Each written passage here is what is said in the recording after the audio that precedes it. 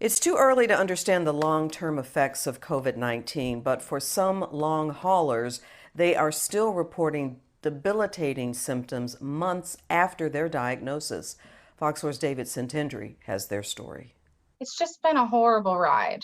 27-year-old Miranda Erlinson, a wife and mother of three, says there's only 1 second when she wakes up each day when she feels normal. For a second, you forgot.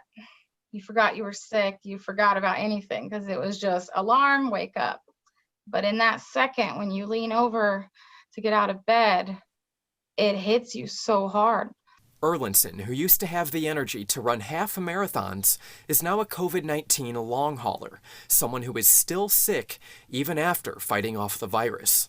A recent CDC survey suggested about a third of unhospitalized COVID patients don't fully recover after the standard 2 to 3 weeks.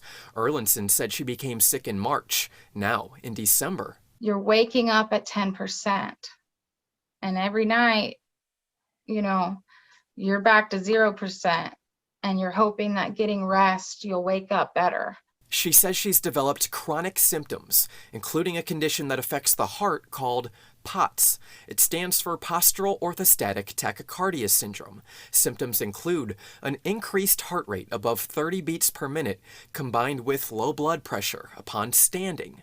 I cannot move myself to the toilet from my wheelchair. My heart was beating 195 beats per minute. When they stand up, gravity sucks blood below the heart.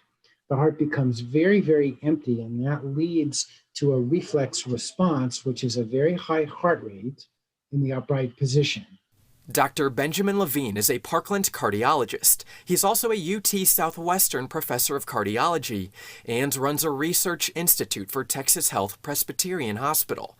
He says long hauler clinics are evaluating patients who continue to feel ill after initially fighting off the virus. He's researched POTS for years and says it can be triggered by a virus. Still, he says while some COVID patients display the symptoms, at this time, he can't say for sure what's behind it. I think that there clearly are patients who do feel a variety of symptoms of lightheadedness and dizziness, some of them with a low blood pressure, some of them with a high heart rate, some of them without either. But we just don't have enough information yet. Instantly, I get dizzy. My blood pressure changes too quickly. Erlinson is a teacher, but she hasn't been able to teach since getting sick. She spends her time running a Facebook page, COVID Survivors from Texas. It's where she says other long haulers, like her, are searching for answers. It's not from fear. It's because we know. It's from the knowledge of what it can do to you and how we have never been the same. David Sentendry, Fox 4 News.